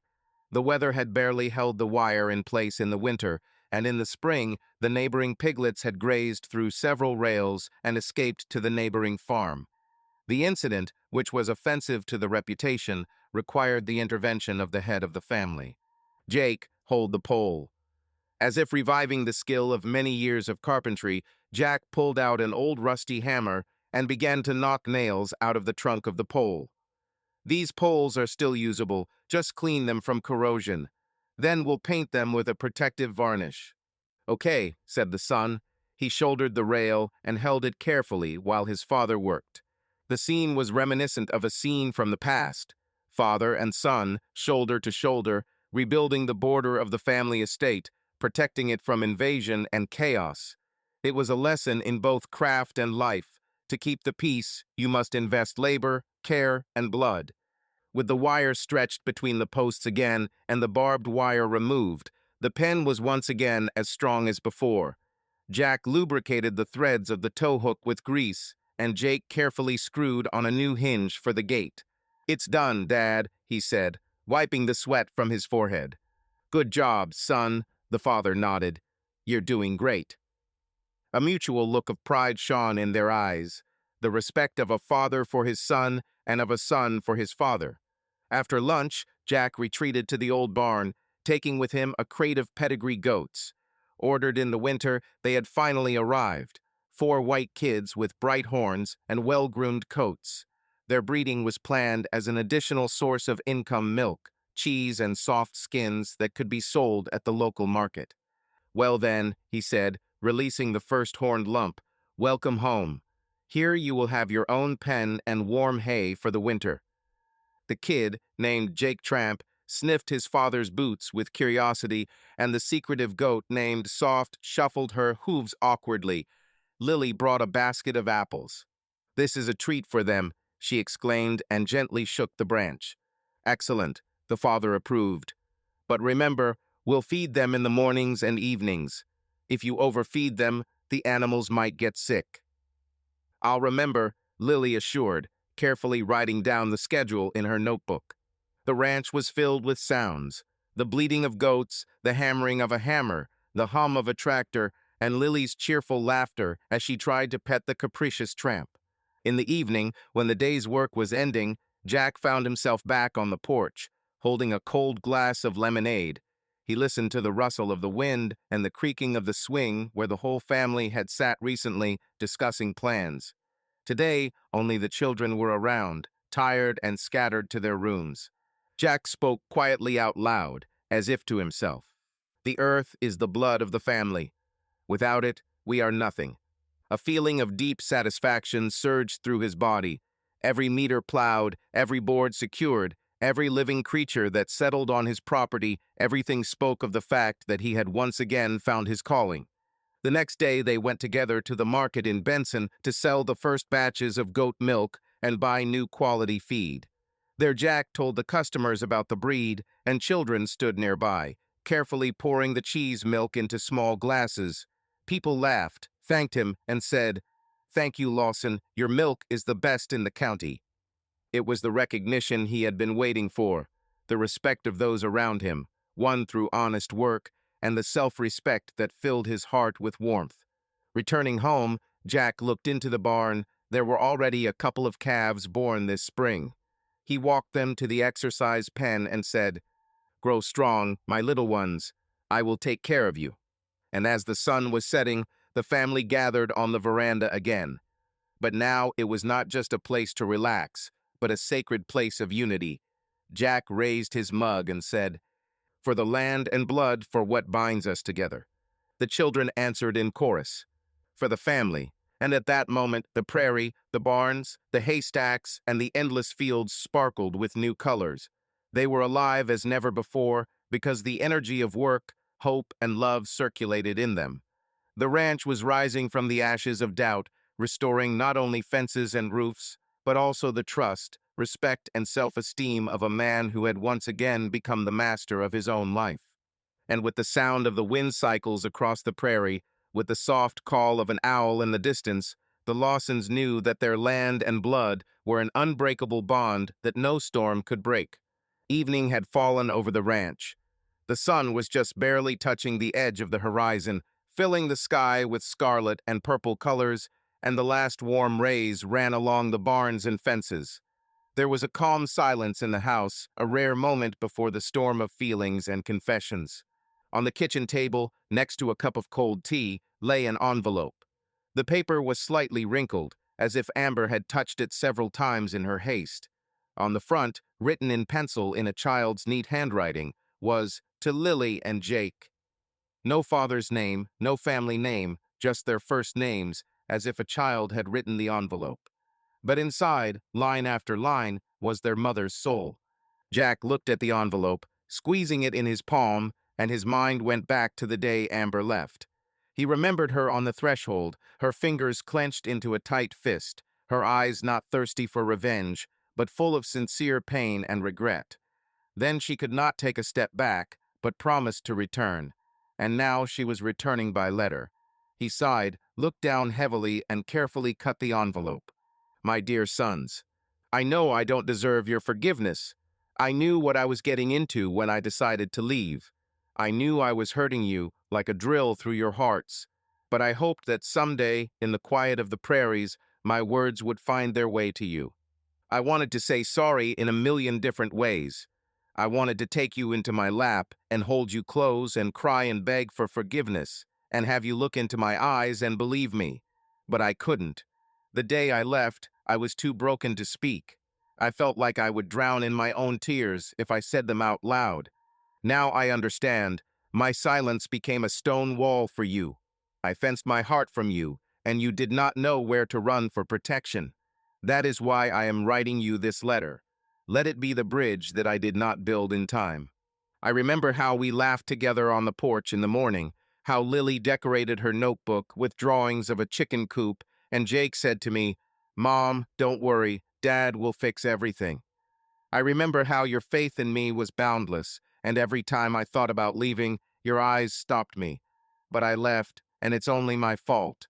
Please forgive me for every teardrop that fell on your pillow, for every late-night conversation I didn't show up for the time you tried to call me and I didn't answer. Forgive me for all the words that were left unsaid. I want to go home. But going home is not just a physical journey. It is a step towards you. It is an admission of my mistakes. I am ready to have any conversations with you difficult and long, filled with pain and hope. I am ready to teach you again how to plant sunflowers, how to feed chickens, how to look at the stars. I am ready to be your mother, as I should have always been. I love you more than anything in the world. Your mother, E. When Jack finished reading, the drawing on the paper was shaking, a heart traced by a child's hand and 3 stars above it. He closed his eyes, feeling something inside him stretching, beating, and tearing to get out. A tear rolled down his cheek. He put the letter in the large oak box above the stove, where he kept his checkbooks, old diaries, and rare photographs. A box he never looked in because it held memories best left untouched. Now he placed the letter there like a fragile vessel of hope. Several days passed. The work on the ranch did not give a moment of rest. Each new fence, each calf, each thought required an investment of strength and intelligence. The children, returning from school, did not talk about the letter. Instead, they brought the first ripe apples from the garden and sat at the table to put them in baskets with their father. Lily adopted the craftsman's skill. She carefully wiped the dew off the apples and poured the cold juice into small glasses. "Dad, look how sweet the fruits are today," she announced happily. "I think Mom will love them too." Jake picked up. "I want Mom to come too. I miss our family evening on the veranda." Jack just smiled, but it was a smile devoid of a trace of sadness. He knew that sooner or later they would be faced with the question, "When will Mom come back?" And he already knew what answer he would give them at that moment. A few more days passed, and one evening, when the golden light of sunset flooded the room, Lily ran up to her father. "Dad, can I ask you something? When will Mom come?" There was hope and timid anticipation in her voice. Jack took a deep breath and looked up into her large, wet eyes. "You know, honey," he began softly, "I have a letter from my mother in my drawer. She tried very hard to tell you everything that she didn't have time to." "Give it to us," Jake cried excitedly from the door. "We need to read it." Jack looked down at his hands, folded in his lap. He knew it was time, but beyond their desire was something more, a question of readiness, of trust in his mother and his father. And he whispered, "I'll give it to you, as soon as you're ready." Lily frowned. "Aren't we ready? You want to read it now," he smiled, barely noticeable. "And I want to make sure that you understand that Mom loves you and pitied you every day, and that you are ready to forgive her. Then the letter will not be just words, but the beginning of your new conversation." The son suddenly nodded seriously. "I'm ready. And you, Lily?" She thought for a moment, pressed her lips together, and then nodded. "I'm ready." Jack leaned forward, lowered his hands down, and opened the drawer. The letter paper greeted him with a light rustle. He carefully took out the envelope and handed it to the children. At that moment, Lily touched his hand. "Dad, thank you." "Always," he answered quietly. They sat together on the veranda, the fresh evening breeze stirring the curtains and the air smelling of apples and fresh earth. Jack held the letter in his lap, the children on either side. He looked back at the vast fields beyond the fence, took a deep breath, and said, "Let's read together." He tore the envelope open slowly, and together they began to read aloud, line by line. Amber's words were quiet, but each ripple of her confession echoed in their hearts. Lily clasped her hands to her chest when she got to, "I forgave for every broken moment." Jake clutched the edges of the envelope, sobbing softly as he read about how their mother saw their smiles in every sunrise. When they had read the last line, "I love you more than anything in the world," Jack closed the book of the letter and hugged the children. They clung to him without saying a word. In that moment, the sheet of wind over the prairie seemed to write a new chapter in their family life. "Mother was very honest," Lily said quietly, pressing the letter to her heart. "Yes," Jake agreed, "and I want to write her back." "That's a good idea," the father smiled, "and I'll help you pick out paper and ink." That same night, they gathered at the dining table, where a single lamp was already burning. Sheets of paper lay before them. The children slowly wrote each letter, and Jack prompted the words. "Dear Mommy, we read your letter and cried with you. Thank you for finding the courage to say everything. We missed you very much and are glad that you are back with us. We love you and are waiting for you at home. Your children, Jake and Lily." When the letter was ready, the children put it in a clean envelope. Jack sealed it with a blot of wax melted on a spoon and carefully pressed the seal. "It's ready now," he said. "Tomorrow I'll take it to the box where my mother's envelope was." The children fell asleep with the letters under their pillows, and Jack remembered how his father had taught him long ago, "Always respond with the same feeling that you received." And he smiled through a slight sadness.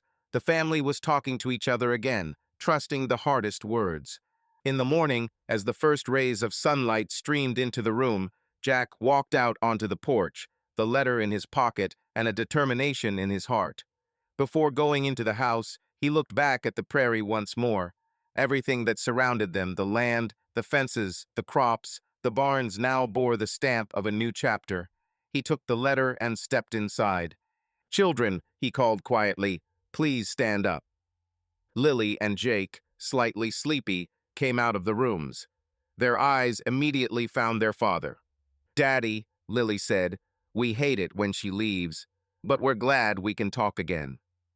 "And I'm glad," Jack replied. "And now I want to put your letter next to hers." He opened the drawer where Amber's envelope rested. He carefully moved it to a corner and placed the children's new envelope next to it. The decrepit drawer, overflowing with old family treasures, once again became a place for the exchange of feelings. "Now she will know," he said, "that you are ready to hear her and accept her back into the family." Lily smiled and Jake pulled up his sleeves. "Dad, can we help with the morning milking?"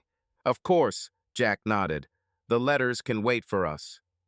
And when they walked out into the morning yard together, the soft cooing of the village birds came through the gates, a sign of a new dawn. The family walked forward, each step sounding like a promise. The earth and blood bound them forever, and no letter without an address will remain unanswered. The morning on the Lawson Ranch began bright and clear.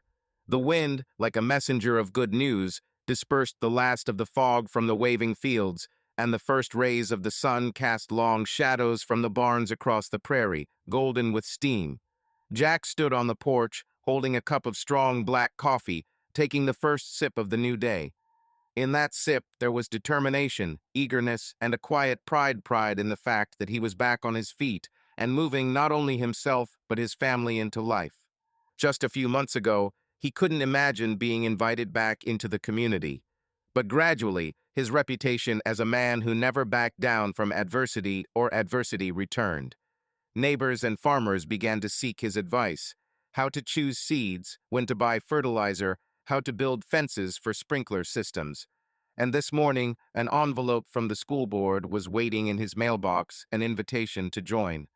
While the dawn camp was still shaking with silence, Jake came into the house. The 13-year-old, who had already grown noticeably over the summer, created the same morning scene as his father.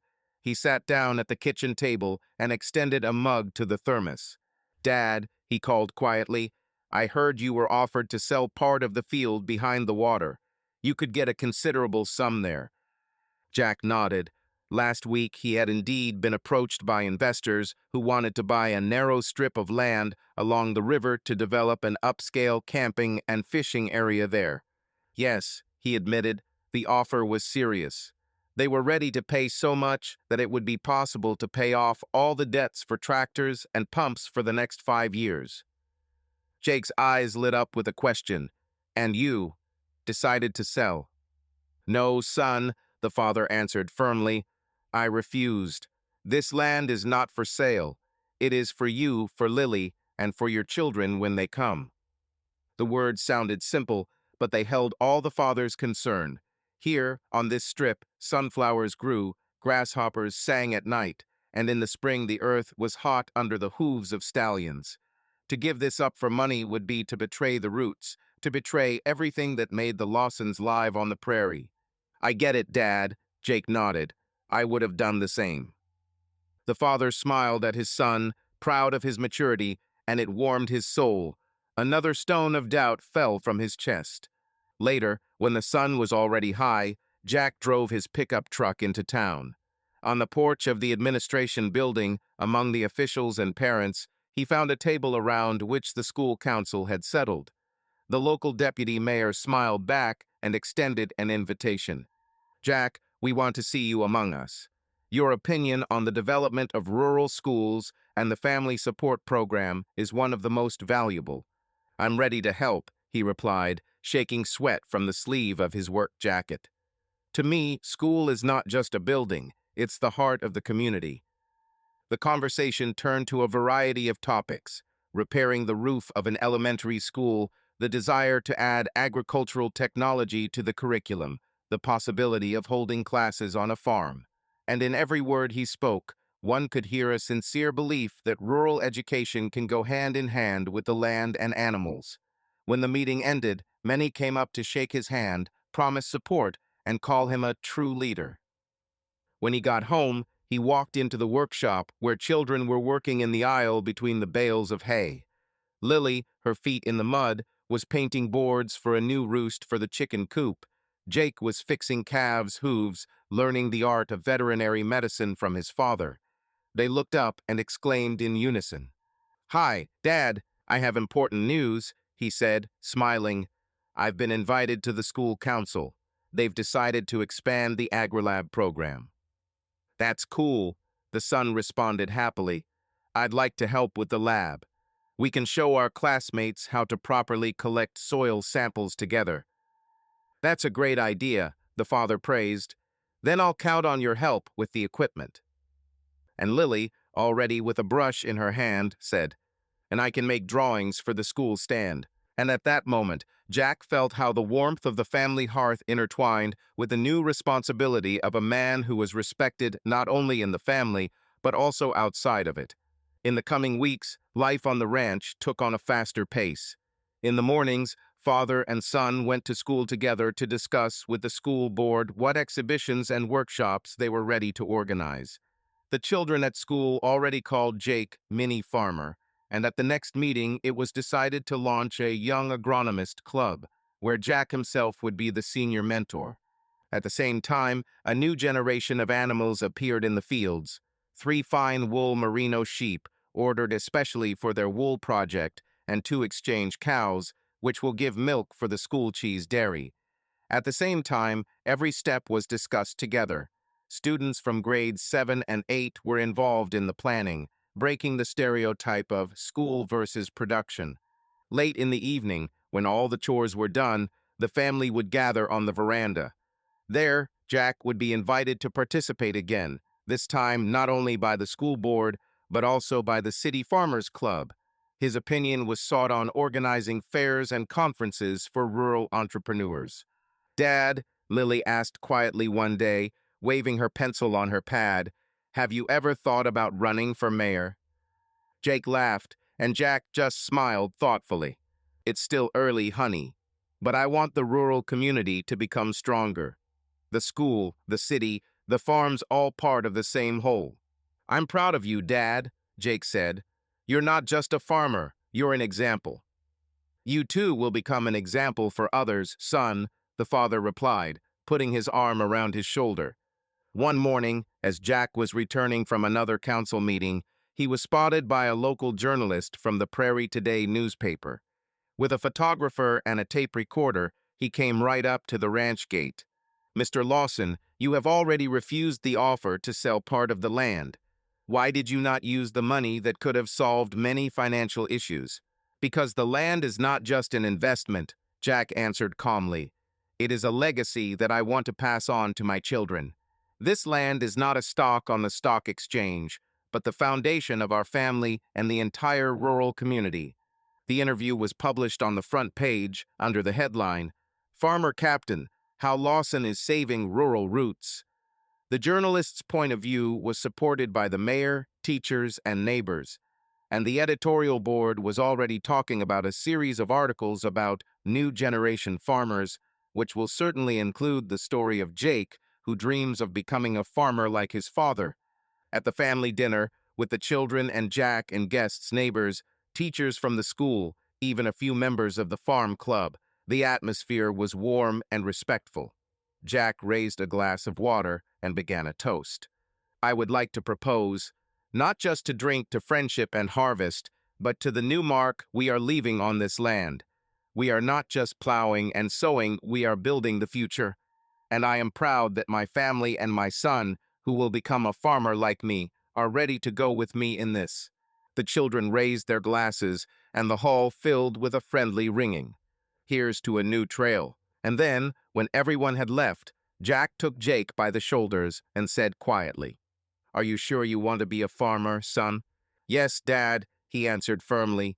"I want to continue our journey and make this ranch even better." "Then I will teach you everything I know," the father smiled. "You will be my partner in everything." That night, lying in bed, Jake thought about tomorrow, about new plans and possibilities. His heart was at peace because his father was there, true to his work and his principles. And Lily, already asleep, was tossing and turning in a nightmare. She dreamed that the chicken coop would fall if she didn't screw in the last screw. But when she woke up, she found a tool and a note from her father by her bed. "Don't be afraid, baby. Together we'll fix everything." And while the Lawson Ranch was rooted in the future, its owners did everything to ensure that the land and blood, labor and honor became a reliable foundation for the next generations. The new trail they left behind promised to lead further, to a place where hope and self-confidence are the main gifts that can be passed on to children. The morning of the first day of September began as peacefully as hundreds of days before. A light breeze swayed the ears of wild weed, and on the horizon, beyond the barns, swirled light cirrus clouds. But by midday, the sky began to change. Thin whitish streaks turned into heavy gray clouds, and the wind, barely noticeable in the morning, began to strengthen, humming in the wire fences. Jack stood on the porch with a cup of strong coffee and peered into the sky. He had known since childhood that a powerful front was gathering on the horizon, but never before had a hurricane arrived here so early. The breath of the prairie was hushed, as if nature were holding its breath before the storm. "Dad," Lily called from inside the house, "are you nervous? It feels like a storm is brewing." "You're right, honey." Jack put his mug down. "This isn't just an autumn wind. I feel a hurricane coming." He walked into the house, humming a soothing tune to his daughter, even as he braced himself for the toughest test he had seen in months. Sealing the windows, securing the doors, sheltering the livestock, and stocking up on feed in case the wind blew it away. It felt like a life lesson he had learned many times before, a battle with the storms of the past that he would now have to weather with his children. The whole family gathered in the kitchen by the light of the lamp. Jack laid out a map of the ranch on the table and began to explain the plan of action. "First, we'll check the windows and doors in the house.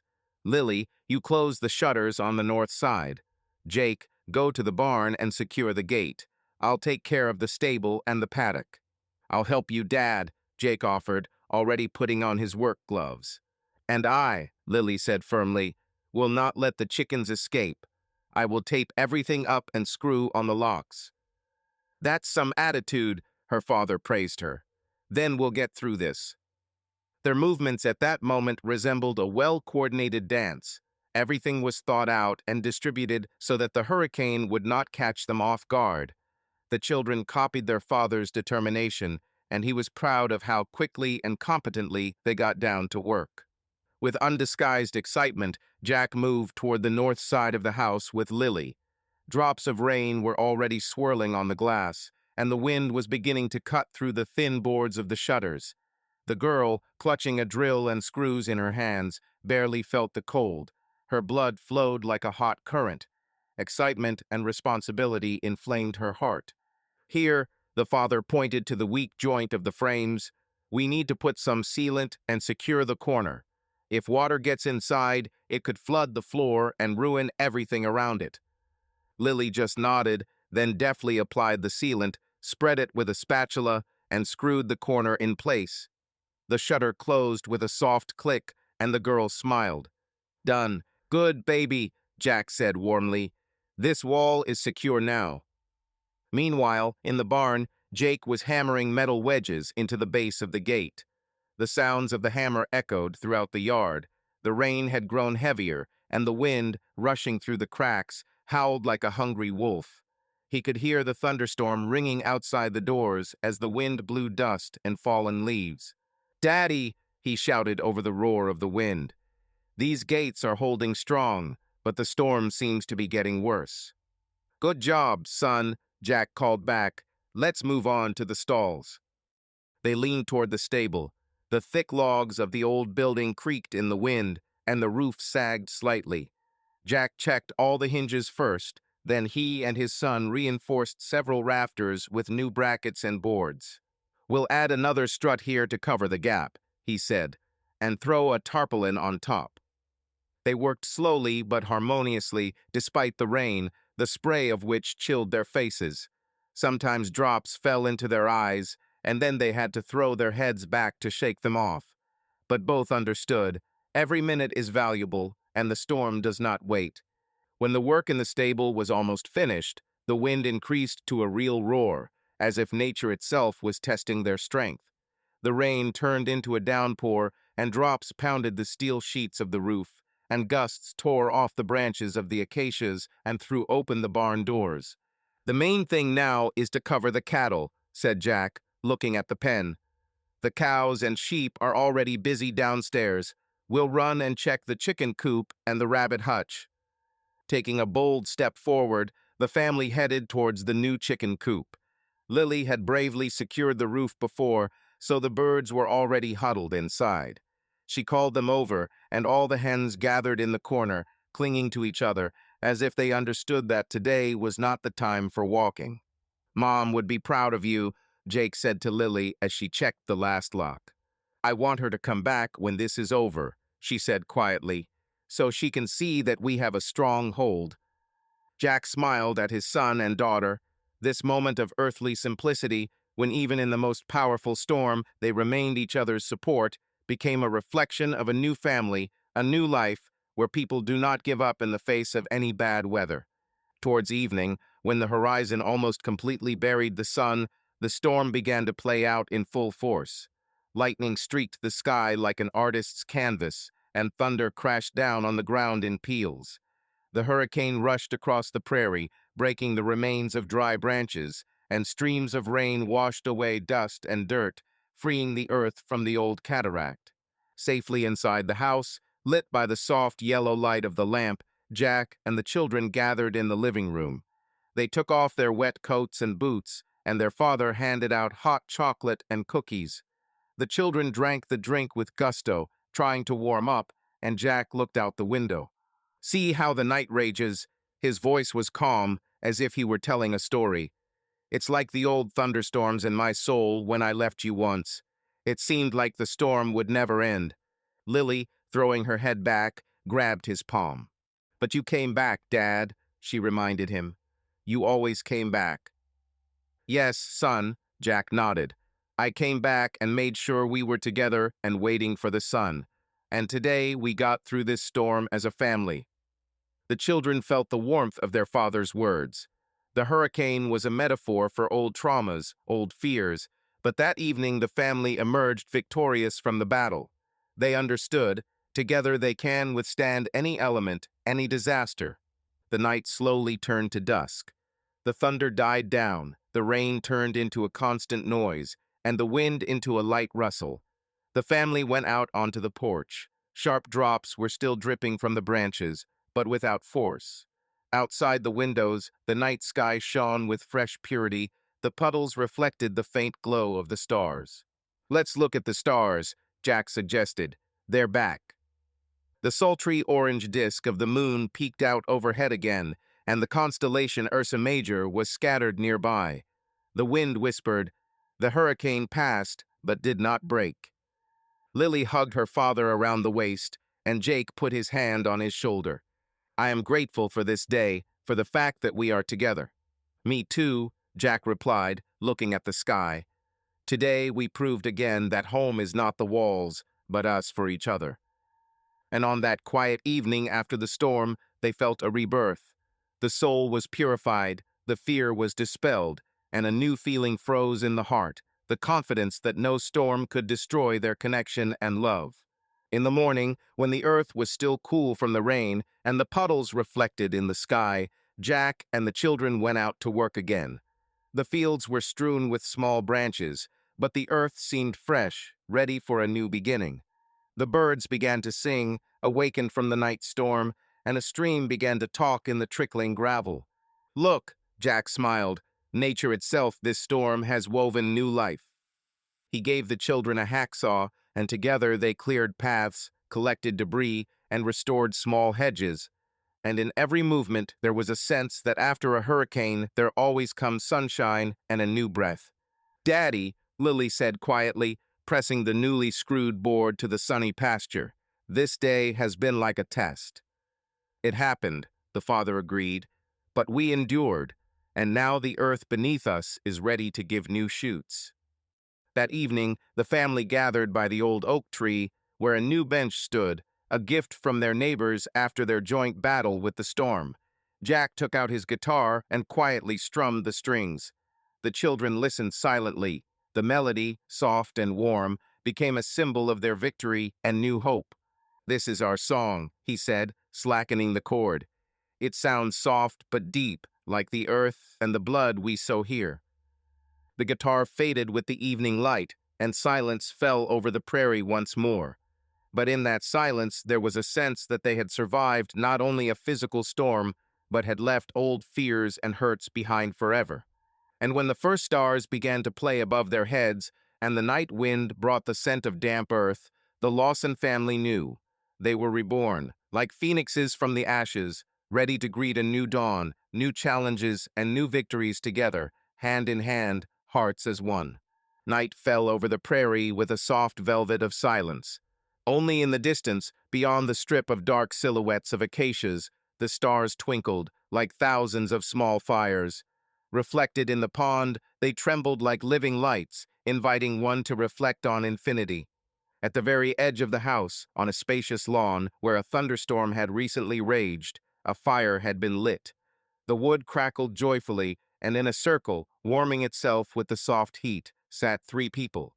Jack, leaning his elbow on a stump, and his children Lily, settled at his feet, and Jake, leaning his elbow on his father's knee.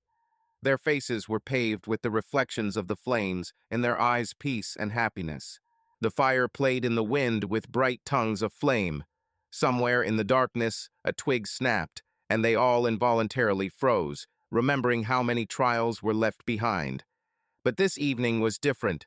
It did not require plans, decisions, or struggle. It gave one simple joy of being together. Lily took a deep breath, buried her cheek in her father's knees, and looked at him with big, trusting eyes. "Dad," she said quietly, "this is the happiest day of my life." Jack smiled so softly that the corners of his eyes narrowed slightly.